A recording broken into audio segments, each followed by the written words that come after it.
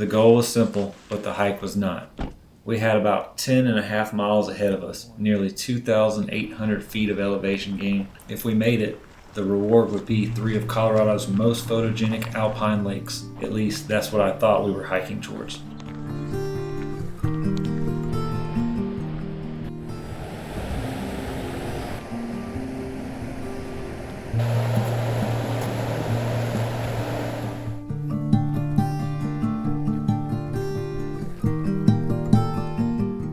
The trail wasted no time letting us know that we were going to have to earn it. The climb was relentless, and every so often the mountains would tease us with a glimpse of what might be waiting higher for us, but we hadn't seen anything yet.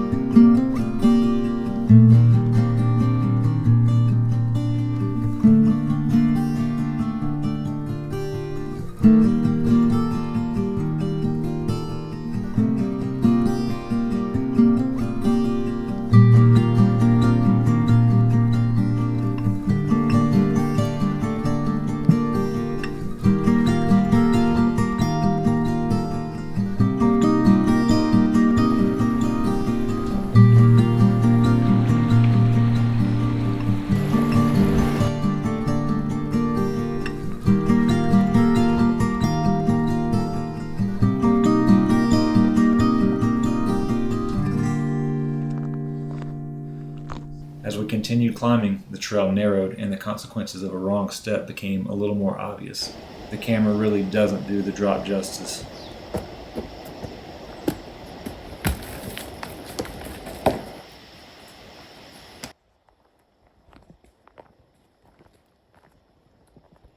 Eventually, the forest opened up, revealing much more of the landscape around us, and the landscape has a much older story.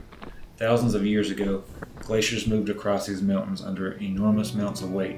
As the ice slowly moved, rocks and debris trapped beneath it scraped and ground against the bedrock, carving and reshaping the basin around us.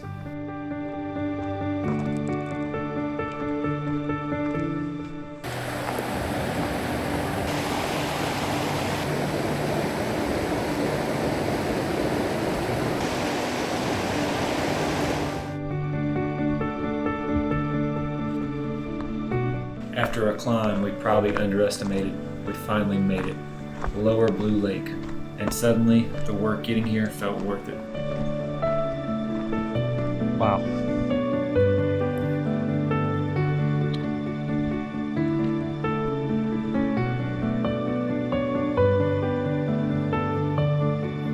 But the color of this water also carries part of the story of how this landscape was shaped. As glaciers grind against bedrock, they can pulverize rock into particles finer than sand, something called glacial flour.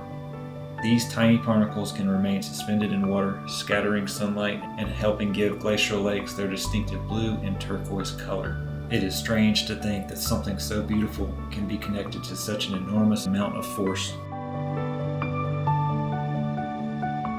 After the climb to Lower Blue Lake, my crew wasn't convinced that continuing higher was a good idea. The next section was supposedly even steeper, and the weather in the mountains can change quickly. They decided Lower Blue Lake was enough. I wasn't quite ready to stop. I wanted to see how far I could push myself, so I continued toward the upper lake alone.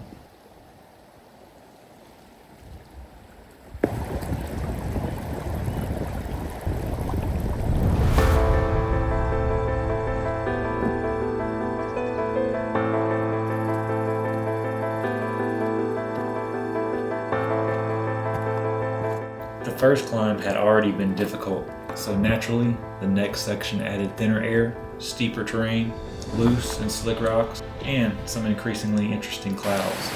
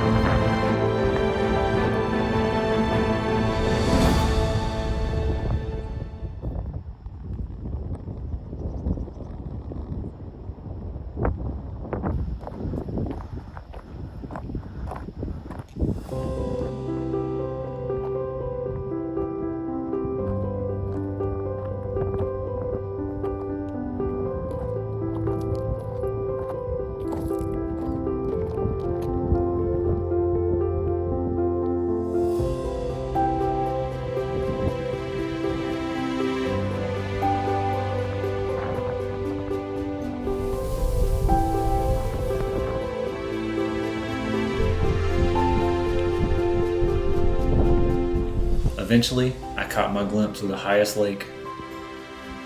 I had made it to Upper Blue Lake, and standing there surrounded by jagged mountains and exposed rock, I could finally begin to understand the scale of the force that shaped this place.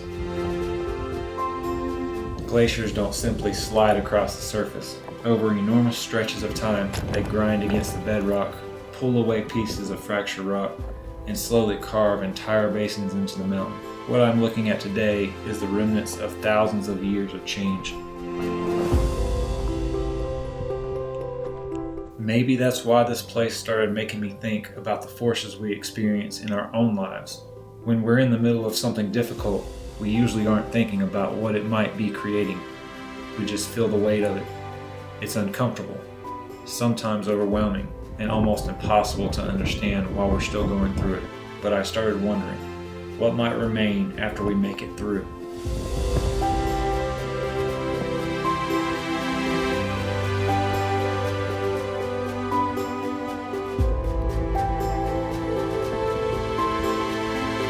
I had pushed myself physically and made it through all three of these incredible lakes, but the mountains were beginning to suggest it was probably time to head back. So I took the hint and started back down.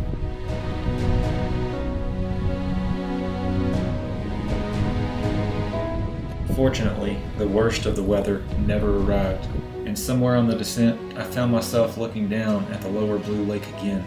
I had already stood beside the lake earlier in the day, but now I was looking at something different. Before heading home, I wanted to see it one more time.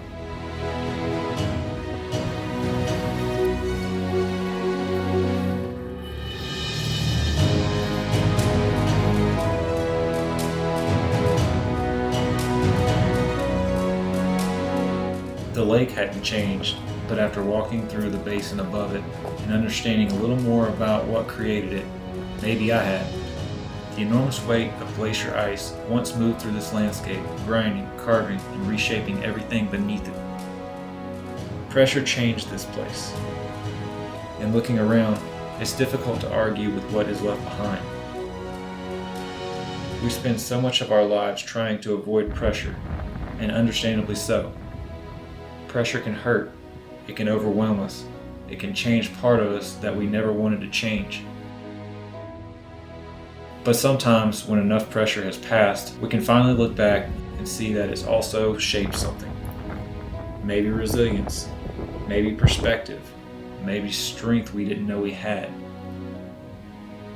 This lake isn't beautiful despite the forces that shape this place. In part, it's beautiful because of them.